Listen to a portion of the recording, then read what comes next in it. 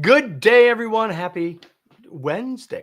It's Wednesday. Happy Wednesday to all of you. I'm glad to be with you. Obviously, I'm often with you on Monday. I'm here today on Wednesday. We'll be back tomorrow as well. So glad that you're here. If you're joining us live, welcome. If you're joining us later, welcome as well. But if you're here live, here's what I'd like you to do to start. I'd like you to go into the comment section in whichever social platform you're watching me on and say hello and tell us where you're located. Love to know that. Just sort of gives us a clue who's here. We can say hello, but it also does something else. It gets you used to typing during this time. This doesn't have to be a passive experience for you, right? Like if you were joining my guest and I around the table and we were having a cup of coffee, and as my guest and I were chatting, if you had a question, you would ask it. If you had a comment, you would share it. If you had an idea, you would offer it. Like that's what you would do naturally. There's no reason that you can't do that here, even though you're not in the same room with us. Heck, I'm not even in the same room as my guest. We're all doing this virtually, so there's no reason why you can't share your questions, comments, and ideas. I hope you'll do that.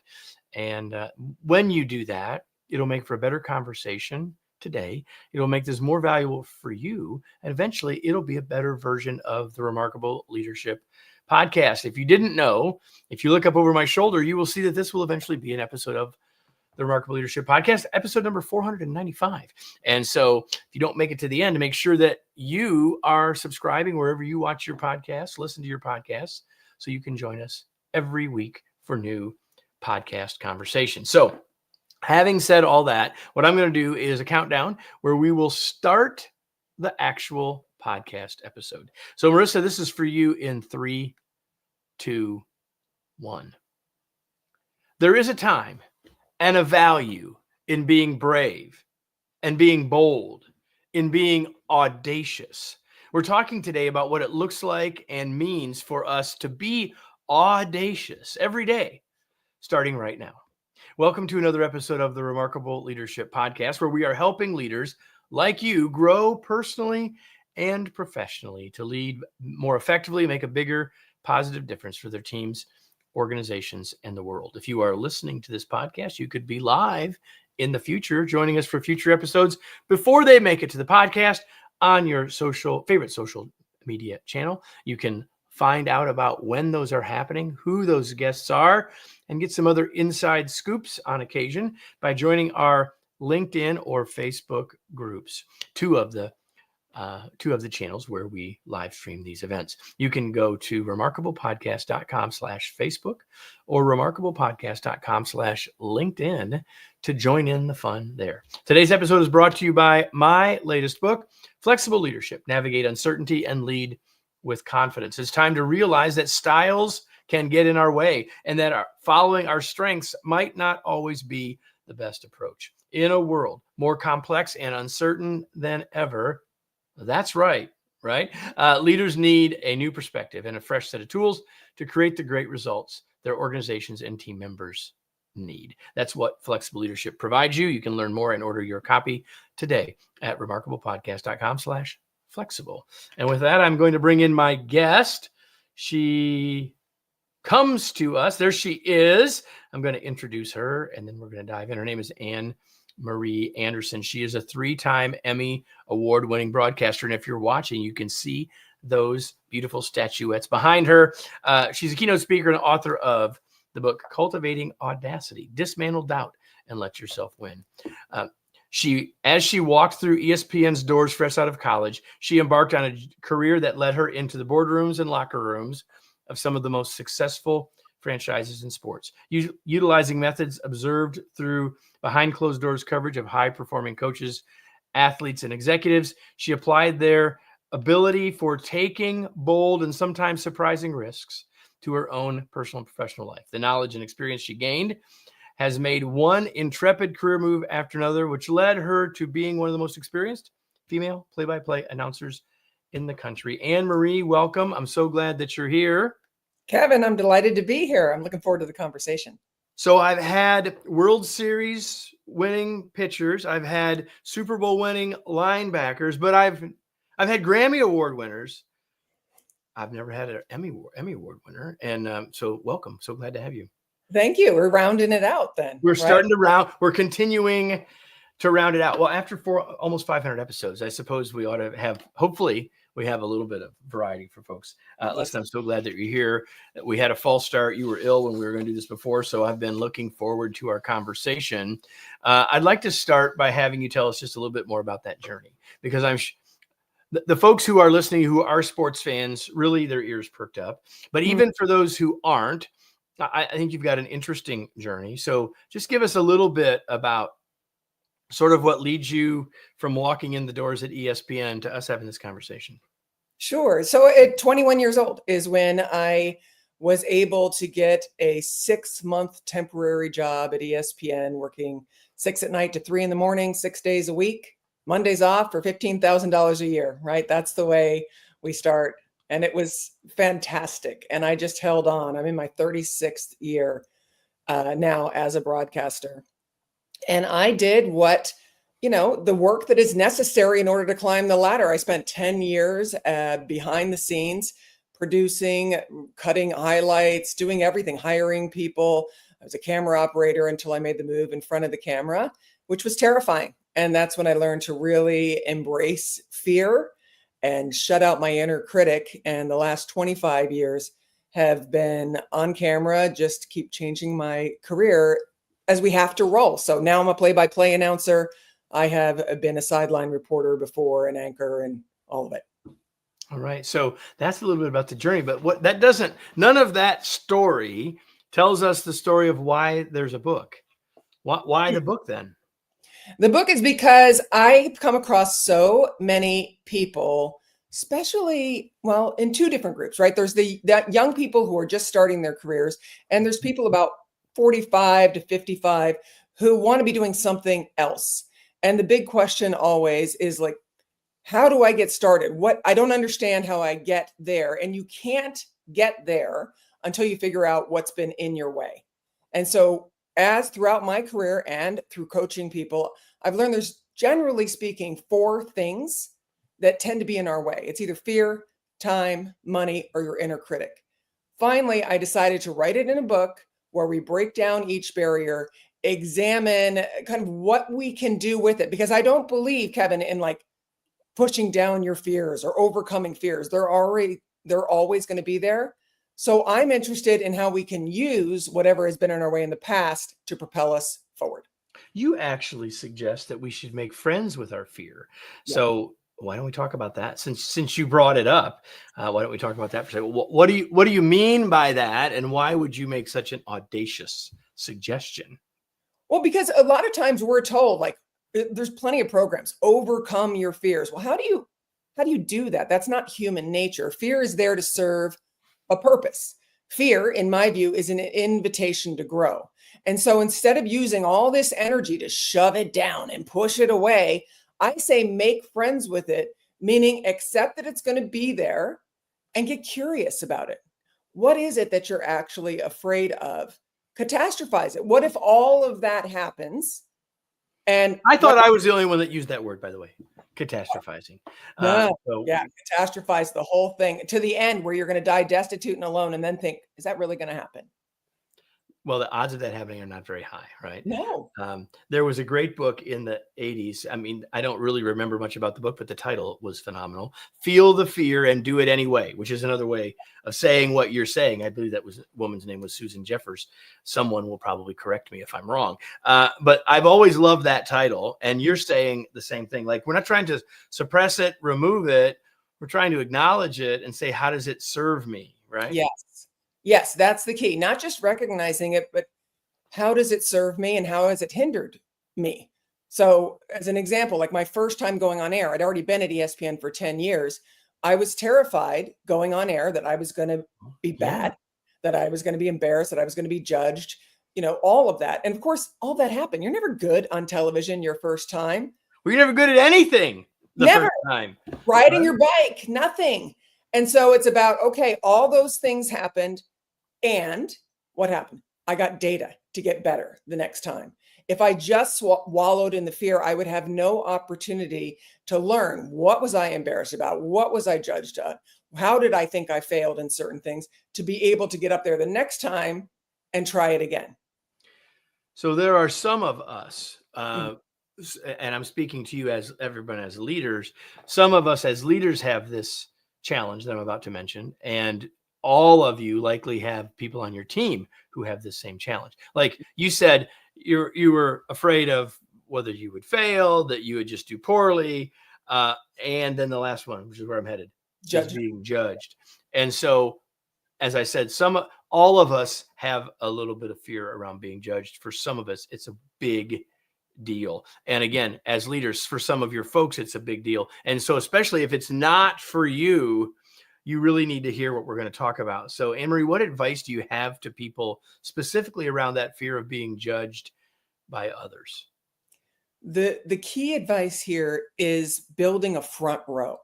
And a front row are people whose advice matters to you, who are doing big things on their own, who will help you grow and challenge you and lift you up. The reason you need that front row is for the other people that judge you, they don't get a vote.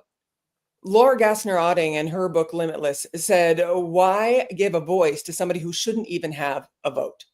And that's true. Like if the other people judging you aren't part of this front row that you've created to drive yourself forward, then that's just noise because you're working on you and going forward. So be careful once you create your front row, cut out the noise of the other people and just focus on the feedback you're getting. Yeah, the only thing I would say to that, so yeah, like any of us that do anything where we have the chance to be seen by a lot of people, there's the chance that you're going to get all sorts of feedback, and some of it will not really fall in line with anything else, right? And Yeah. so, like I always say, like if I've gone and given a session to a bunch of leaders, and there's someone in the room who's a plumber, no disrespect to plumbers, and their feedback to me is not really all that great. It's not relevant. It's just not relevant. Now, plumber or no, if I hear that same feedback 45 times, at some point I need to take note of that. And you're not saying not to do that, but what you're saying is that front row, those folks that you know have your best intention, that their best intention is on you being successful. That you want to always value that and know that they're going to be honest with you and know that they do want the very best for you. And having those folks in your life that you're willing, that you will ask and they will willingly share is super valuable. How do we determine who those people are? Because it's not necessarily just the people closest to us, right? Like, so say a little bit more about determining who's on your front row. I'll tell you first who's not in your front row. It's probably not your mom. It's probably not your best friend, right? Because they want you to be safe. Your front row isn't a bunch of people who are going to tell you you're great. It shouldn't be. It needs to be people who are going to tell you the truth. So the first thing I look for when I'm building a front row is somebody who's doing big things in their own life as well. Doesn't have to be in the same arena as me, but somebody who's working to grow and get feedback coming back. Because remember, as you're talking about, if you hear it 45 times from outside, you can bring that to your front row and say to them, here's something I'm getting. How do I work with this? So your front row needs to be people that are going to tell you the truth, that are going to lift you up, that are doing big things on their own. And when you ask them to be in your front row, listen to how they respond because you're giving somebody a role in your life. There's a social connection there and a significance. And be aware of what their barriers may be because we're all seeing things through our prism. So if they're afraid of risk, and you're trying to take some risks, they could be a great friend to you, a great colleague, but maybe they don't belong in your front row because of their bias against risk. Yeah. And again, that doesn't mean they're not in your life. That doesn't mean they're not your friend. It just means you're identifying basically a set of expectations for a group of people that can really serve you effectively, and being careful about who those people are. Really important. Yeah. And as a leader, by the way, it's probably not the people on your team either. It's not mom. It's not your best friend. It's probably not the people on your team, at least not in general, because, positional power is a thing. That's for sure. Be a leader, Kevin. I'm sorry. It can be a leader at another corporation or company who has the same idea of what you're going through. And your front row can be 3-4 people. It doesn't need to be this big mass of people. So you're exactly right. It isn't somebody on your team. It's somebody who understands your challenges. Yeah, I love that. Which means, so how would you say, or would you say then, I mean, I know that the phrase "the front row," of course, applies to your work in sports. Mhm. Is it different than a team of mentors? Yes, it is a In what different ways? mentors. Mentorship a lot of times is one way, right? They are helping you, but you're not necessarily offering value back to them just by the hierarchy of mentorship. Front row works best when it is reciprocal, when you are working with somebody else or a group of people to help elevate each other. And that's the difference for me between a front row and mentorship, because you learn by hearing their challenges, by trying to help them work through, by being inspired by them getting back up again after they have failed or been knocked down. So the key word in my intro to our conversation, audacity, is the key word in the book, Mhm. Cultivating Audacity. That's who we're talking to today, is the author of that book, Anne Marie Anderson. And so I'm curious about that word audacity because, like, okay, I don't know you, right? We've now been interacting for about 25 minutes, about 15 of which have been on the show. But I know something about you because I read the book. But that's what I got. And I wouldn't even have to read the book to watch you and to place myself in the position of someone in the audience and say, well, easy for her to be audacious. I mean, you can tell that she's got this outgoing personality. You can tell she's kind of vivacious. That's the audacity would seem to be. That's like part of who she is. That's not me, Anne Marie. I'm not bold and I'm not brave. So talk to us about audacity in the context of how people might see themselves in relationship to that word. Audacity and extrovert are two very different ideas. It's funny, Kevin, that you say that because, yes, I talk on television, so I'm used to being on camera and it's out here. If we're at a party, I'm in the corner. So I actually am an introvert. So, but I have forced myself and learned to be more outgoing and more bold, if you will. I was not a Situationally, I don't mean to interrupt you, but I'm going to interrupt you anyway, right? So that's the thing I want to say to all of you, everybody, yes. is that extroversion and introversion, just if we're going to use that frame, is a I would call it a flexor. In other words, you're not only one or the other; you're somewhere between them, and you can Yes. choose. You have a tendency, but you Yes. can choose situationally to move to a new place, and you can pick a new place on that spectrum to be at any given time. So I needed to get that in there because you're so right, and that's so important. So now continue. Yes, and please, you can always interrupt me. We're having a conversation. I'm good with it because it is for me, I had to take calculated, bold risks. And how do you talk yourself into that? Part of it is catastrophizing, which you and I have talked about, like what is the very worst that could happen? And part of it is what happens if I don't? One thing that I am good at is understanding that I don't want to have regrets. And that came as a result of a tragedy at work when I was only 23 years old at ESPN, where a colleague of mine for whom I had interned, yes, it's the introduction, entered work. He had just gotten his dream job, just gotten married, 37 years old, fit, dream job, life going great. And on his sixth day at work, before he'd even anchored Sports Center, he was still training, he collapsed and died. And as I was performing CPR on him unsuccessfully, I kind of came to the realization, I was 23 years old, that if you can be 37 and newly married and starting your dream job and have it ripped away in a moment, that I was never going to wait for anything again. That was life changing for me. And that's where my audacity journey began. You don't need a tragedy to get you there. For me, that was the moment of me realizing I don't know how much time. And so I don't want to have regrets. I want to try everything and anything and see what lands. So since you bring that up, let's talk about you talk in the book about what you call the urgency fallacy. Yeah. And so you just talked about, hey, I'm going to push forward and all that sort of thing. And yet there is a fallacy around urgency. So talk about that, sort of the balancing back what you just said just a little bit. Yeah, I think that we have a couple of things going on. One, our lives are so urgent. Now that we are attached to a phone, it feels as if everything is urgent. We get a text, we get an email, we get a request for something, and it feels like we have to answer that right away because we're available and everybody knows we have it. what happens is our lives can be completely consumed by urgent tasks. So what I ask people to do is separate things that are urgent from those that are important. And here's how you can tell.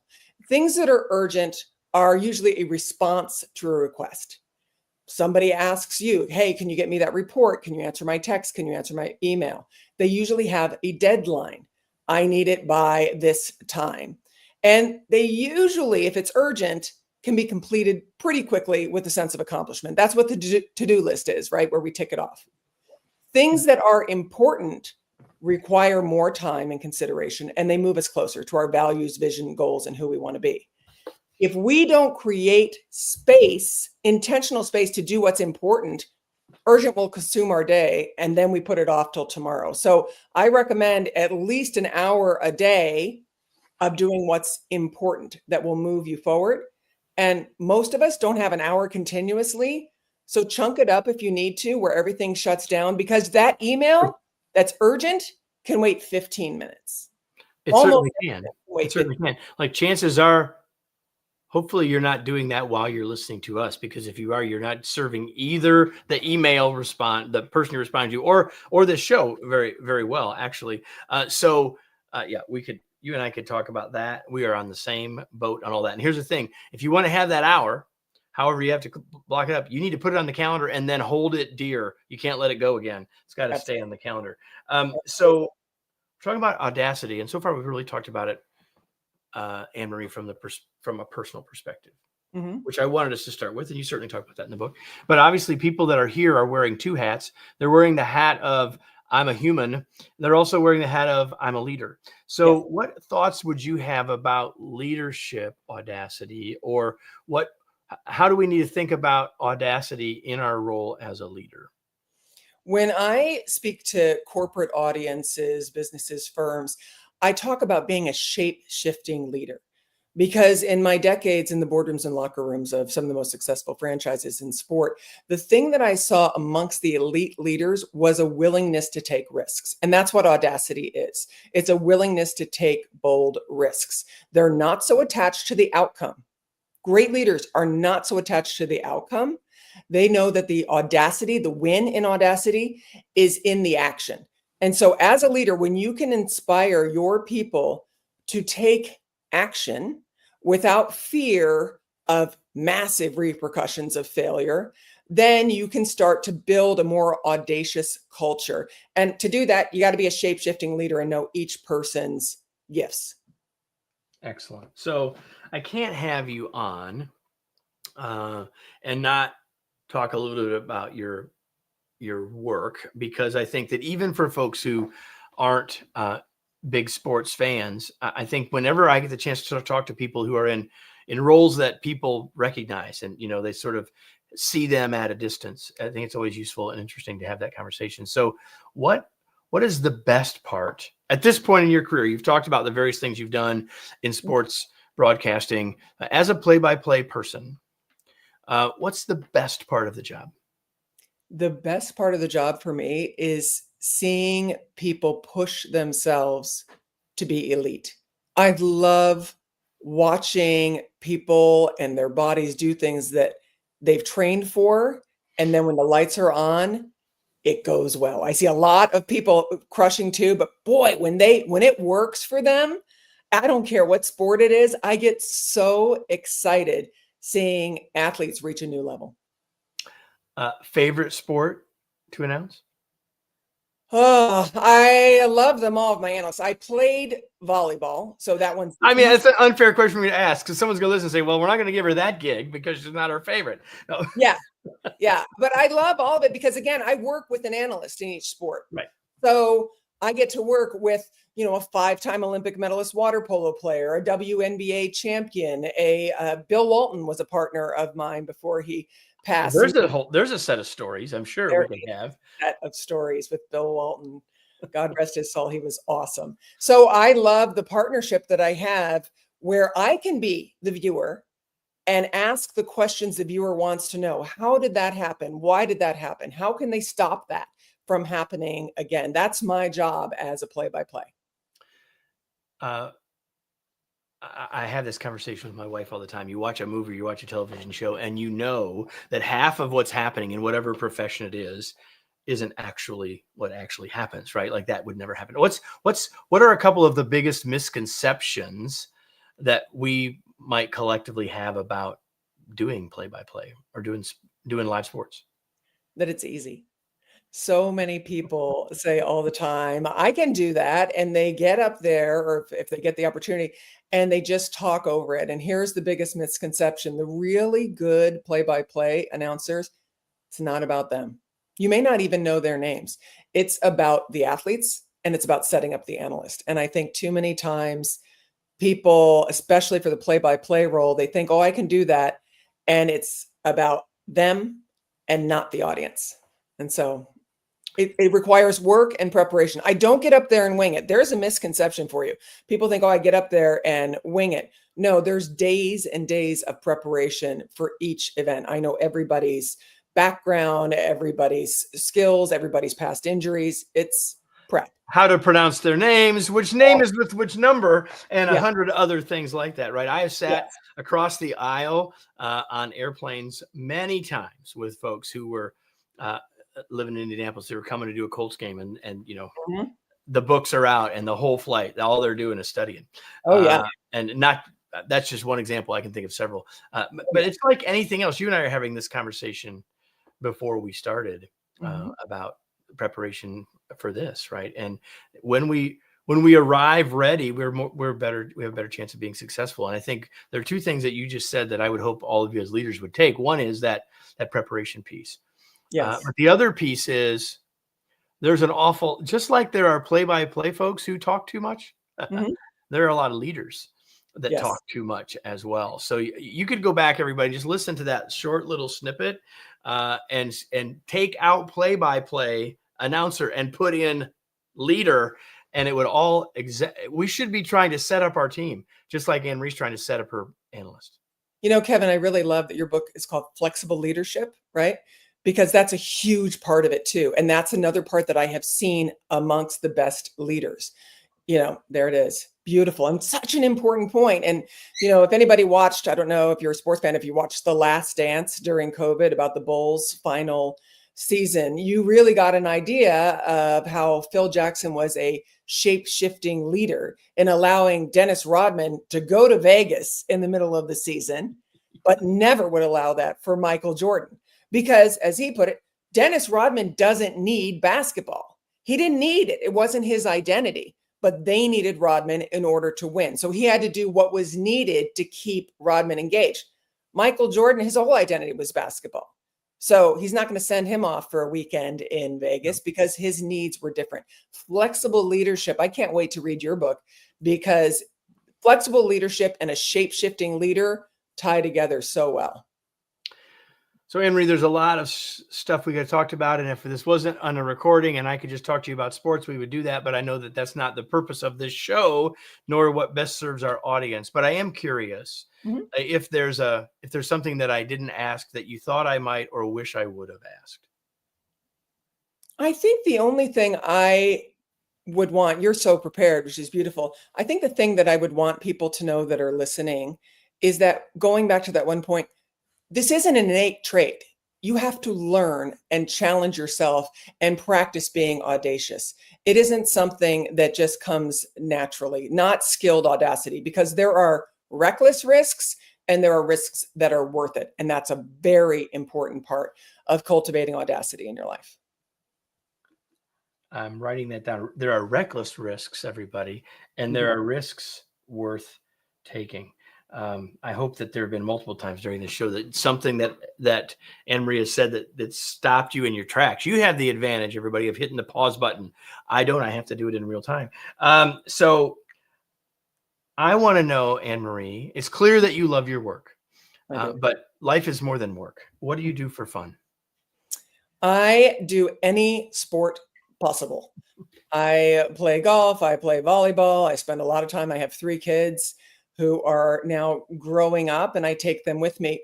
When we talk about like how much I love my work, the assignment I'm going to spend the rest of my day on after this is preparing to go overseas to call international volleyball competition. And part of my agreement with this company is that I get to bring my children. And so when you ask what I do for fun, part of it is being able to expose them to different parts of the world. So they'll come with me and see international competition in Rio, Istanbul, China, Poland, the Netherlands, everywhere I'm going this summer, and then get to experience the culture and see how life is different in different parts of the world and how similar we are as well. And both of those things are true. Mhm. So what are you reading these days? Maybe there won't be a lot of books with you on the trip. I don't know, or maybe it'll all be on the Kindle. But what are you reading right now? I am reading Good Awkward by Hannah Pryor. Hannah's book, first of all, it's so well written and it's a lot of fun. And she's talking about working through the moments where we felt kind of awkward or we feel awkward in addressing a group or handling a problem and her tips to work with it. I really am enjoying Good Awkward by Hannah Pryor. It sounds like there's a connection to making fear your friend. I'm just going to bet on that. Where can we learn more about your work, Anne Marie? Get the book. Like, where do you want to point people before we wrap up? Sure. If you're interested in the book, you can get the first chapter free at www.cultivatingaudacity.com. And there's exercises in there you can do. It's going to be out on Audible soon. And then if you want to potentially work with me, you can find me at annemarieanderson.com. I answer all those messages myself. So That's check it. Anderson with an O-N, everybody. It is. Anne Marie. Anne with an E. And with an E, Marie, as Bill Walton said when we first met, he said, Anne Marie, I'm Bill with 2 L's. And I said, Anne with an E, Marie. Bill, nice to meet you. After we end, I'm going to have to ask a Bill Walton question. But anyway, everybody, before we go and before I say goodbye to Anne Marie, a question for all of you. If you've been here before, you know the question. I'm not apologizing for that. The question is now what? What are you going to do as a result of this? Maybe you're going to think differently about that word audacity and how it applies to you. Maybe you're going to think differently about risks. Maybe you're going to think differently in a lot of different ways. But I want you to do more than just say that, that was a good idea. What I really want you to do is to take action. And I'm not here to prescribe what that action should be for you, but rather to encourage you to do that. Because until you act on something that you learned here, this is maybe a little better than entertainment. But until you take action on it, then it becomes really valuable. And I hope that you'll do exactly that. Anne Marie, thanks for being here. It was a pleasure to have you. Wonderful talking with you. And everybody, if you liked this and this was your first time, make sure it's not your last. And if you've already been here before, make sure you're subscribed wherever you're listening to this podcast so you don't miss any future episodes. We'll be back next week with another episode of the Remarkable Leadership Podcast. Thanks, everybody.